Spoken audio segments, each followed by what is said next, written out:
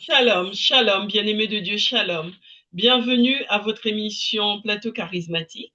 Aujourd'hui, je reçois pour vous l'apôtre Samuel Kwesi qui vient nous parler de la prière pour l'évangélisation et nous sommes à la 67e édition de cette émission. Bonsoir apôtre. Bonsoir, servant de Dieu, Rebecca Martin. Comment allez-vous ce soir? Ça va, Dieu fait grâce, merci. Et Amen. vous? Eh bien, ça va aussi, Dieu fait grâce. Amen, amen. Eh bien, Alléluia. nous allons prier pour nous mettre en communion avec l'Esprit de Dieu. Allons-y. Seigneur, nous te rendons grâce, nous te bénissons, te recommandons cette émission. Nous prions que tu sois avec nous. Nous prions que tu nous conduises. Nous prions que tu nous guides. Nous prions que tu nous éclaires. Que tu éclaires aussi ton peuple. Que tu éclaires tes serviteurs. Que tu éclaires tes servantes dans ton œuvre, dans ta volonté, dans le nom puissant de Jésus-Christ de Nazareth. Gloire à toi, Seigneur. Gloire à toi, Jésus. Merci, Seigneur. Au nom de Jésus. Amen. Amen, amen. Eh bien, écoutez, nous allons... Ah, je regardais si mon audio est allumé. Nous allons... je vous laisse la parole. Ok, merci, servant de Dieu. Que Dieu vous bénisse. Dieu bénisse son peuple. Amen, amen. Il aide son peuple à faire sa volonté. Amen. Ces émissions soient aussi des temps d'éclairage, des temps de lumière, comme la parole de Dieu est le Père des lumières. C'est-à-dire la parole de Dieu, Dieu éclaire par sa parole. Amen. Aujourd'hui, nous avons beaucoup prié pour que Dieu nous conduise dans ce que nous devons faire, dans sa volonté, parce que Dieu voudrait toujours conduire son peuple. Et donc, dans l'évangélisation, Dieu veut conduire. Dieu veut toujours conduire son peuple. Et nous allons lire dans Matthieu, plutôt Exode chapitre 13, verset 21 au verset 22. Exode le chapitre 13, le verset 21 au verset 22. Et nous allons voir une vérité de Dieu, c'est que Dieu veut toujours conduire son peuple. Exode chapitre 13, le verset 21 au verset 22. Alors, je lis la parole de Dieu. L'Éternel allait devant eux le jour dans une colonne de nuée pour les guider sur leur chemin, et la nuit dans une colonne de feu pour les éclairer, afin qu'ils puissent marcher jour et nuit. Amen. Verset 22. La colonne de nuée ne se retirait pas de devant le peuple pendant le jour, ni la colonne de feu pendant la nuit. Amen. Voilà, donc Dieu, l'Éternel conduisait donc son peuple, le peuple d'Israël. Donc lorsqu'ils sont sortis de l'Égypte, en partance pour Canaan, donc la terre promise, donc dans le cheminement, c'est Dieu qui les conduisait. Il faut dire que Dieu veut toujours conduire son peuple. Donc la parole de Dieu de nuit, de nuit comme de jour, Dieu conduisait son peuple. D'accord? Donc la nuit, par une colonne de feu, et de jour, par une colonne de nuée, afin que le peuple marchasse jour et nuit. Donc marcher, donc cette marche devait se faire par l'orientation du Seigneur. Donc Dieu le conduisait. Ouais. Donc si on fait partie du peuple de Dieu, Dieu aussi veut nous conduire. Dieu veut nous conduire, chacun de nous. Dieu veut nous conduire. On va lire aussi Galates chapitre 5, le verset 16. Galates chapitre 5, le verset 16. Donc Dieu veut toujours conduire ses serviteurs, ses servantes, donc son peuple. Donc si nous devons faire l'évangélisation, c'est bien sûr par orientation du Seigneur. Galates chapitre 5, verset 16. Alors, je cherche, ma Bible est tellement abîmée que ça vient plus aussi vite qu'avant. Galates chapitre 5, verset 16. Le verset 16. Je lis la parole de Dieu. Voici donc ce que je dis. Marchez par l'esprit et vous n'accomplirez pas les désirs de votre nature propre. Amen. Voilà.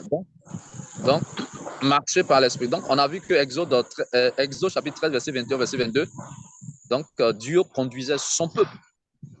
Donc, par la colonne de nuée et par la colonne de feu. Dans tous les cas, Dieu conduisait. Dieu conduisait.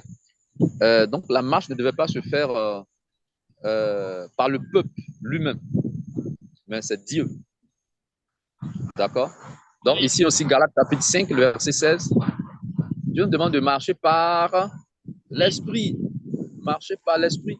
Et vous n'accomplirez point les désirs de la chair. Quand on dit la chair, c'est-à-dire nous-mêmes. Nous-mêmes, notre volonté. La chair, quand on parle de la chair, c'est la volonté de l'homme.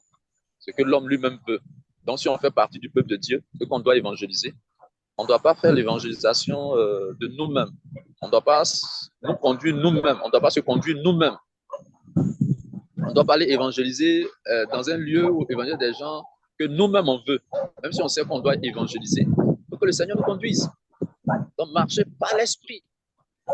Alors, la marche, la relation avec Dieu est comparée à une marche. Et quand on marche, ça veut dire qu'il faut quitter une position, je dirais, inférieure à une position supérieure. C'est-à-dire qu'il faut avancer. Alors, pour le peuple d'Israël, c'était une marche physique. Ils devaient quitter, donc, sont sortis de l'Égypte au Canaan. C'était une marche physique. Aujourd'hui, pour nous, la marche, elle est spirituelle. Et cette marche, c'est-à-dire quand vous suivez ce que le Seigneur dit, quand vous suivez le Saint-Esprit, quand vous êtes donc en train de marcher par le Saint-Esprit. Et cette marche, la destination, c'est le paradis. Donc, cette marche, c'est le paradis. C'est la vie éternelle. Donc, marchez par l'Esprit et vous n'accomplirez point les désirs de la chair. Marchez par l'Esprit et vous n'accomplirez point les désirs de la chair. Parce qu'il y a souvent ce que notre volonté exige, notre volonté demande, ce que nous-mêmes on veut faire. Mais en cela, ça ne peut pas marcher. On ne parlerait plus de œuvre de Dieu. On ne dirait plus œuvre de Dieu. On dirait œuvre de notre chair. Puisque ça vient de nous-mêmes. On va voir encore d'autres exemples. Mais lisons Galates chapitre 3, verset 3 d'abord. Après, on va aller dans le livre des Actes des Apôtres. Donc, c'est pourquoi Dieu, il conduisait son peuple. Parce que si ce n'est pas Dieu qui nous conduit, ça veut dire que Dieu n'est pas notre berger. Ouais, David a dit, l'Éternel est mon berger. Le berger, c'est lui qui conduit. Voyez-vous? Galates chapitre 3, verset 3. Alors, je lis la parole de Dieu. Manquez-vous à ce point de bon sens? Après avoir commencé par l'esprit, voulez-vous maintenant finir par vos propres forces? Voilà. Si on marche par l'esprit, donc par Dieu, par l'orientation de Dieu, pourquoi finir par la chair? La marche par la chair. Donc, il y a problème. Donc, ce qui vient de la chair, ça ne peut pas sauver. Ouais. Donc, il y a ce que Dieu veut et puis il y a ce que l'homme veut. Voyons un autre exemple et après cela, nous allons prier. Prier pour nous-mêmes. Nous avons besoin de prier pour le peuple de Dieu, que Dieu vraiment nous conduise, que Dieu nous guide, que Dieu nous conduise, que Dieu nous guide. Là, il y a assez de bruit, je suis dehors. Voilà, j'espère que vous m'entendez, j'espère que le peuple de Dieu entend. On vous entend très bien. Ok, d'accord. Donc, on va lire aussi un passage et après cela, nous allons prier. Actes des Apôtres. Nous avons plusieurs fois vu cela. Le verset 8, le chapitre 8, autant pour moi, le verset 26. Au verset 30, on va lire. Actes des Apôtres, chapitre 8, verset 26. Le cas du diacre Philippe. Le diacre Philippe. Alors, je lis la parole de Dieu. Un ange du Seigneur s'adressa à Philippe en disant, « Lève-toi et va en direction du sud, sur le chemin qui descend de Jérusalem à Gaza, celui qui est désert. » Il se leva et partit. Or, un eunuque éthiopien, haut fonctionnaire de Candace, la reine d'Éthiopie et administrateur de tous ses trésors, était venu à Jérusalem pour adorer. Il repartait assis sur son char et lisait le prophète Ésaïe. L'Esprit dit à Philippe, « Avance et approche-toi de ce char. » Philippe accourut et entendit l'Éthiopien lire le prophète Ésaïe. Il lui dit, « Comprends-tu ce que tu lis ?» L'homme répondit, « Comment le pourrais-je si personne ne me l'explique ?» Et invita Philippe à monter et à s'asseoir avec lui. Voilà, donc, je crois que c'est au verset 29 que l'Esprit dit à Philippe. Oui, l'Esprit dit à Philippe, « Avance et approche-toi de ce char. » Voilà. Donc, l'Esprit, c'est-à-dire que l'Esprit de Dieu. Donc, l'Esprit de Dieu a parlé à Philippe. Donc, ce sont des orientations. Ouais. Déjà, le départ, au verset 26, la parole de Dieu dit qu'un ange du Seigneur, ouais, un ange du Seigneur a parlé à Philippe pour lui donner une orientation. Et après, le Saint-Esprit aussi a parlé. Donc, ce sont des orientations. Voyez-vous? Ce sont des orientations. Et là encore, Dieu souvent utilise aussi des anges. Ces anges pour orienter. Les anges. Donc, le Saint-Esprit oriente, puisque le Seigneur travaille avec les anges. Donc, il peut utiliser des anges pour conduire aussi dans l'évangélisation, dans ce que nous devons faire. Amen. Amen. Donc, dans ce que nous devons faire. Il y a un verset qui me venait, que j'ai oublié. Mais on a aussi vu, donc là, vous voyez que le diable Philippe est parti pour une évangélisation. La cible était bien déterminée par le Seigneur. Ce n'était pas une sortie hasardeuse, c'était une sortie qui était programmée par le Seigneur. La cible qu'il fallait évangéliser devait être connue. Et aller vers cette cible, cela se fait par orientation du Seigneur. Si vous voyez. Donc Dieu, il savait que c'était pour évangéliser l'eunuque éthiopien. Donc Dieu conduit. Donc Philippe, d'abord par un ange, après le Saint-Esprit lui-même, vient encore appuyer. Donc, je vais dire confirmer. Et donc, le Saint-Esprit donc parle aussi à Philippe. L'Esprit de Dieu donc parle à Philippe. Donc, voyez-vous que c'était vraiment orienté. Donc, c'est cela, ne pas faire l'évangélisation selon la chair. Et il y a plusieurs autres exemples dans la parole de Dieu que nous avons aussi plusieurs fois mentionné. Le livre qu'on appelle Actes, toujours Actes, le chapitre 16, le verset 9 au verset 10. Ça, c'était le cas de l'apôtre Paul. Voyez-vous, l'apôtre Paul qui a eu une vision. Et c'est par cette vision qu'il est arrivé en Macédoine avec Silas pour évangéliser. On peut le lire aussi. Actes des Apôtres, chapitre 16, le verset 9 au verset 10. Alors, je lis la parole de Dieu. Pendant la nuit, Paul eut une vision. Un Macédonien lui apparut et le supplia. Passe en Macédoine, secours-nous. Suite à cette vision de Paul, nous avons aussitôt cherché à nous rendre en Macédoine, concluant que le Seigneur nous appelait à y annoncer la bonne nouvelle. Amen. Voilà, donc par cette vision, Paul a compris que c'était un message d'évangélisation, une orientation d'évangélisation, pour qu'il se rende en Macédoine pour évangéliser. Donc le verset 10 le dit clairement. Après cette vision de Paul, nous cherchâmes aussitôt à nous rendre en Macédoine parce qu'on a conclu que cette vision, en fait, Dieu veut qu'on aille là-bas pour aller annoncer l'évangile. Dieu veut qu'on aille là-bas pour annoncer la bonne nouvelle. Donc, lorsque Paul et Silas se sont retrouvés en Macédoine, est-ce que cela était... est-ce qu'ils sont partis d'eux-mêmes? Je vous l'ai dit. Non. Non, ce n'est pas la vision. Par la parole de Dieu que la vision, c'est Dieu qui parle. Selon Job 33, le verset 15. Dieu parle par des visions. Donc, Dieu parle par des visions. Donc, c'est un message d'abord que Dieu lui a donné par la vision. Ils se sont rendus en Macédoine. Donc, cette évangélisation a été faite par orientation. Est-ce que vous voyez? Donc, l'Église ne doit pas se démarquer de cette vérité-là. L'orientation dans l'évangélisation. Terminons avec Actes des Apôtres, chapitre 13, le verset 2. La parole dit que l'Église est en train de jeûner, de prier, et le Saint-Esprit va parler. Alors, pendant qu'il rendait un culte au Seigneur et qu'il jeûnait, le Saint-Esprit dit, « Mettez-moi à part Barnabas et Saul pour la tâche à laquelle je les ai appelés. » Amen. Donc, il y a des orientations que Dieu donne. Est-ce que vous voyez? Il y a des orientations que Dieu donne. Donc, le Saint-Esprit a parlé. Le Saint-Esprit dit. Le Saint-Esprit a dit. Paul et Barnabas, mettez-les à part pour l'œuvre pour laquelle je les appeler. Pour l'œuvre à laquelle. Voilà. Donc, la manière d'évangéliser peut différer d'une personne à une autre. Je veux dire donc, le modèle. Donc, en clair, je veux dire, il faut l'orientation. Est-ce que vous comprenez? Il faut l'orientation. Il faut l'orientation. Ça, c'est vraiment nécessaire. Il faut l'orientation. Donc, si on ne marche pas par l'esprit, on ne suit pas ce que Dieu dit, ça veut dire que c'est la chair. Donc, qui est-ce que cela peut sauver? Non. Une œuvre charnelle ne peut pas sauver des hommes pour une œuvre spirituelle. Non, non. Il faut vraiment cela. Amen.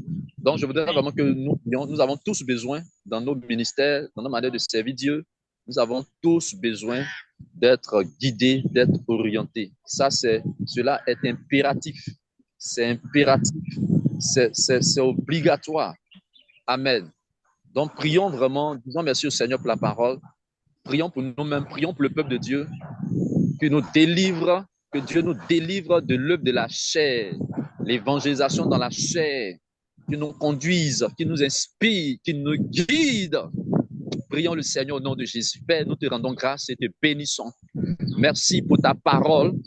Merci pour ta parole. Merci pour ta parole. Merci pour ta parole. Nous prions, Seigneur. Tu as dit, êtes-vous tellement dépourvu de sens que après avoir commencé avec l'esprit, pourquoi voulez-vous finir, terminer, oui, par la chair? Nous prions, Père, pour ton peuple, pour tes serviteurs, ceux-là que tu appelles dans l'évangélisation, qui ont pris conscience qu'ils doivent évangéliser.